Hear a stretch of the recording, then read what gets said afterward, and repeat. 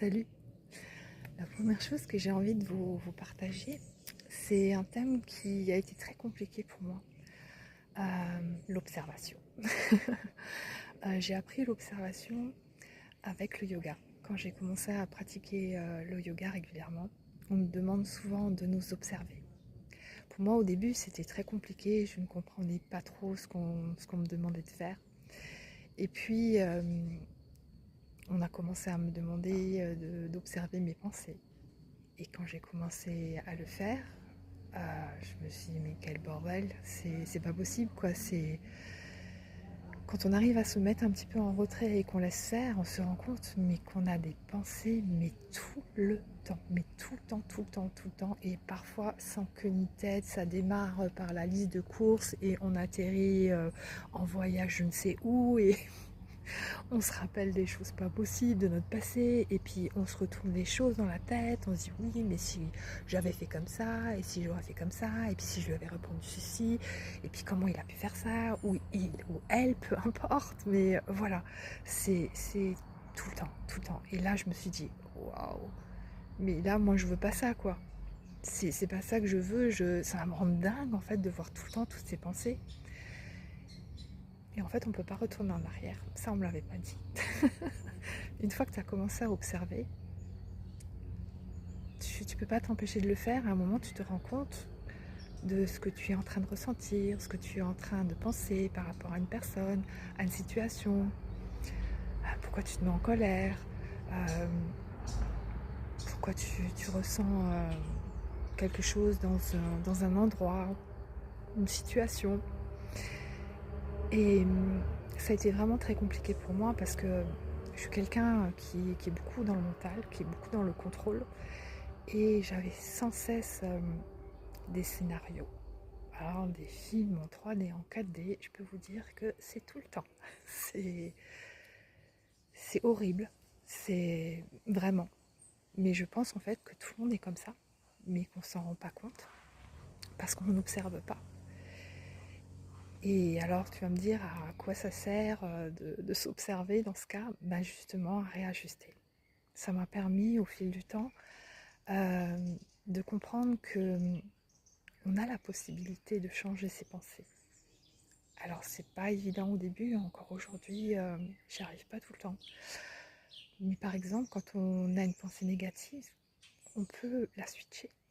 On peut partir sur une autre pensée qui est plus positive, se ramener à autre chose, à un souvenir agréable, revenir au moment présent, ce qu'on est en train de faire, dans les gestes qu'on est en train d'effectuer, dans la tâche qu'on est en train d'effectuer.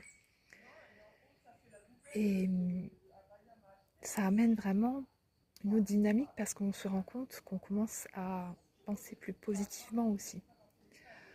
On commence à se sentir mieux.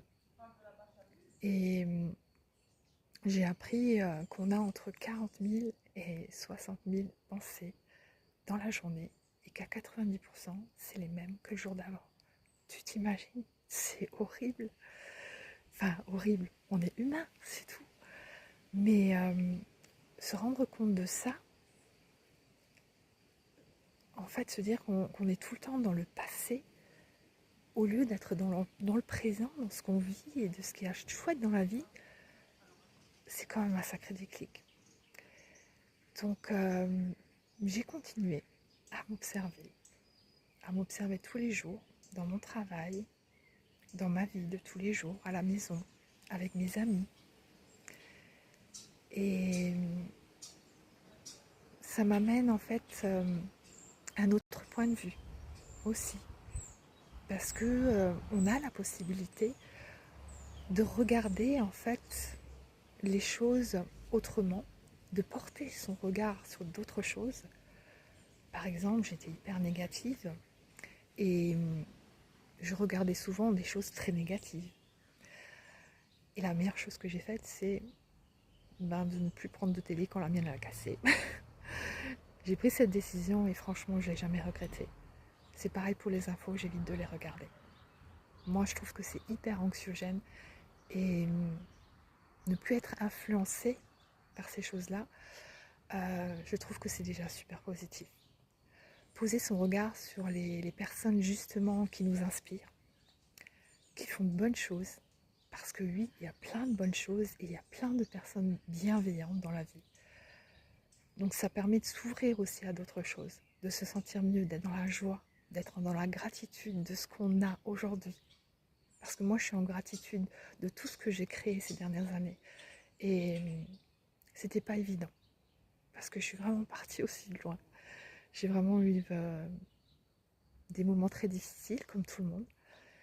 Mais aujourd'hui, quand je regarde en arrière, ben, je me dis que ce chemin-là qui a commencé avec le yoga, mais c'est waouh! Je ne le regrette absolument pas. Et pour moi, ça a été révélateur au début, se poser juste toute seule dans le silence.